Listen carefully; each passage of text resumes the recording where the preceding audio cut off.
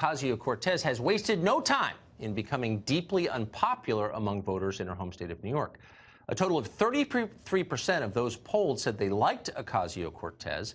A whopping 44% did not. How did someone who's been in Congress only a few months turn off so many people and so quickly? Well, the Congresswoman has a ready answer for that, as she does for most things. As she explained on Twitter, Republicans, working in concert with that dastardly Fox News, quote, otherize and demonize anyone who isn't, quote, a white male. In other words, it's bigotry, pure and simple. Those may look like bad poll numbers. What they really are is racism. Now, it's possible you will scoff at this explanation. It is whiny and predictable and totally self-serving. It's also unsupported by evidence. So skepticism is a fair response. But let's go a little deeper for a second. What we have here is not simply a cynical excuse for personal failings, one we've heard 1,000 times from politicians, racism. What Ocasio-Cortez has given us instead is a litmus test for our souls. It's simple. When you agree with Alexandria Ocasio-Cortez, you are a good person. When you disagree with her, you are not. You're a racist, a bigot, a hater, a loathsome human being. Got that? Okay. Prepare for the exam. We're not proctoring this test. We're on TV right now, and you're at home or in a bar. We're going to have to use the honor system here. We're going to play you a series of clips. Now, be honest about how you feel about them. Everything hangs in the balance.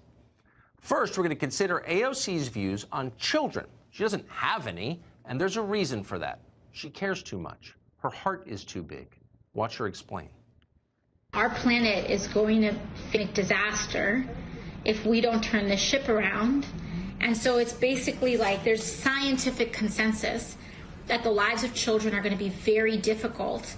And it does lead, I think, young people to have a legitimate question. You know, is it okay to still have children? Is it okay to still have children? That is AOC's question to you. Now, if you answered, are you kidding? Of course it's okay to have children. And by the way, back off, you authoritarian creep. How many kids I have is none of your business. If you answered that way, you failed the test. You're probably a white supremacist. If, on the other hand, you paused for a moment, thought deeply about climate change, and realized that actually some unmarried 29-year-old member of Congress probably should be in charge of your childbearing decisions, then congratulations, you passed. You are virtuous, not a racist at all. Okay, on to number two. This one's about food. My Twitter mentions, I'm getting a lot of references about cow farts. And I think that's a reference to your Green New Deal. Yes. Can you explain that for us? We got to address factory farming. Maybe we shouldn't be eating a hamburger for breakfast, lunch, and dinner. So the question is, how many hamburgers should you be allowed to eat in the course of a day? Now, there are two possible answers here. The first is, huh? What kind of question is that? Isn't this America? And hey, stop eating off my plate. That, unfortunately, is the racist answer. It's the one that Bull Connor would have given if he were still alive enough to eat Big Macs.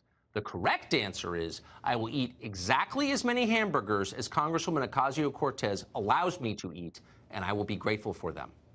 If that was your response, congratulations to you. You are a good person. Now to number three. This one's about immigration.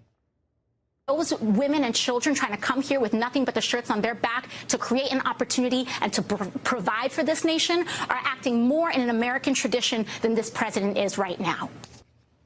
So the question is, who is more American, actual Americans or foreigners who spit on our customs and mock our laws by sneaking into our country illegally and calling us racist if we try to make them leave?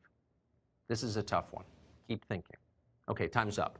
The answer is illegal aliens are the real Americans. Duh. If you doubted that for a second, please hate yourself. You deserve it. And now for the final question on our test. This one is the Daily Double. See how you do. Criticisms of you is that your math is fuzzy. The Washington Post recently awarded you 4 Pinocchios. I think that there's a lot of people more concerned about being precisely, factually, and semantically correct than about being morally right. Factually correct. Now, this question gets right to the heart of it all. Are you one of those troglodytes who still cares about facts, about numbers and evidence and physical reality? It's 2019, man. Physics is just a preference. If you persist in being factually correct and continue to read books, speak in complete sentences, please know that you are committing racism. You, sir, are a bigot. And Congresswoman Ocasio-Cortez condemns you. She, by contrast, is morally right and utterly certain of it. On this test, that is all that matters.